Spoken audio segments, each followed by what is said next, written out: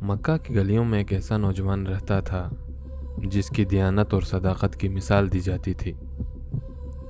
محمد صلی اللہ علیہ وسلم، جنہیں لوگ صادق اور امین کے لقب سے پکارتے تھے، اپنی خوبیوں سے دل جیتتے جا رہے تھے۔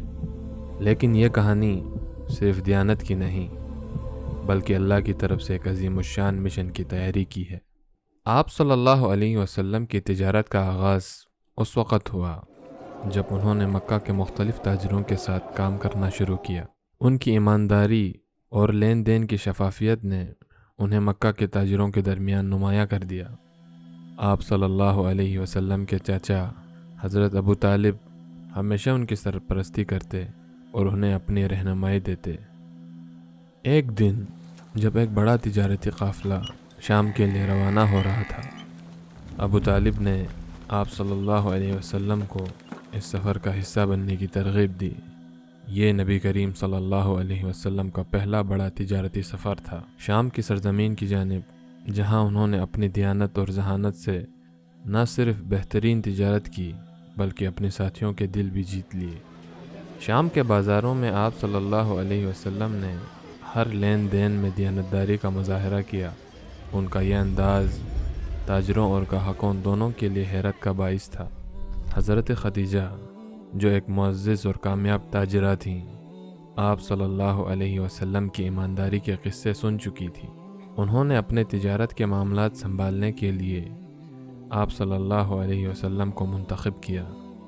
حضرت خدیجہ نے آپ صلی اللہ علیہ وسلم کو اپنی تجارت کے لیے ذمہ دار بنایا، اور وہ جانتی تھی کہ یہ انتخاب ان کے کاروبار کے لیے ایک نفع بخش ثابت ہوگا۔ حضرت خدیجہ آپ صلی اللہ علیہ وسلم کی خوبیوں سے اتنی متاثر ہوئیں کہ انہوں نے نکاح کا پیغام بھیج دیا۔ آپ صلی اللہ علیہ وسلم نے یہ پیشکش قبول کی اور رشتہ ایک مقدس بندھن کی شکل اختیار کر گیا۔ یہ نکاح نہ صرف مکہ کے لیے بلکہ پوری انسانیت کے لیے ایک مثال بن گیا۔ ایک ایسا تعلق تھا جو اعتماد، محبت اور وفاداری کی بنیاد پر قائم ہوا۔ کچھ عرصے بعد مکہ کے لوگوں نے کعبہ کی دوبارہ تعمیر کا فیصلہ کیا، لیکن جب حجر اسود کو اس کی جگہ پر رکھنے کا وقت آیا تو قریش کے مختلف قبائل کے درمیان جھگڑا شروع ہوا۔ ہر قبیلہ چاہتا تھا کہ یہ اعزاز اسے ملے۔ قریش کے سردار ایک دوسرے سے بحث کرنے لگے، کہنے لگے اگر ہم نے اس مسئلے کو حل نہ کیا تو یہ جھگڑا خون ریزی میں بدل سکتا ہے۔ ہمیں کسی ایک شخص کو فیصلہ کرنے دینا چاہیے۔ قریش کے سرداروں نے اتفاق کیا کہ صادق اور امین محمد مصطفیٰ احمد مجتبیٰ صلی اللہ علیہ وسلم اس معاملے میں فیصلہ کریں۔ نبی کریم صلی اللہ علیہ وسلم نے ان کو یہ مشورہ دیا کہ حجر اسود کو ایک چادر میں رکھیں اور ہر قبیلے کا ایک نمائندہ چادر کے کنارے کو تھامے۔ اس طرح سارے مل کر اس مقدس پتھر کو اس کی جگہ تک پہنچائیں گے۔ محمد صلی اللہ علیہ وسلم کی حکمت اور انصاف سے یہ مسئلہ حل ہو گیا۔ انہوں نے اپنے ہاتھوں سے حجر اسود کو اس کی جگہ پر نصب کیا اور قریش کے سرداروں نے ان کے فیصلے کی تعریف کی۔ حضرت خدیجہ نے نہ صرف ایک شریک حیات کا کردار ادا کیا بلکہ آپ صلی اللہ علیہ وسلم کے مشن میں ان کی سب سے بڑی حامی بھی بنی۔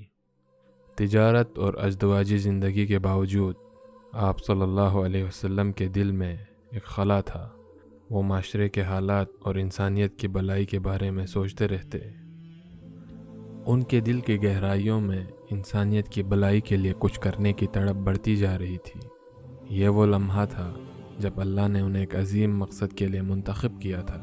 آپ صلی اللہ علیہ وسلم کے دل میں ایک روشنی، ایک یقین بڑھ رہا تھا کہ وہ دنیا کو ایک ایسا پیغام دینے والے ہیں جو ہمیشہ کے لیے انسانیت کی تقدیر بدل دے گا۔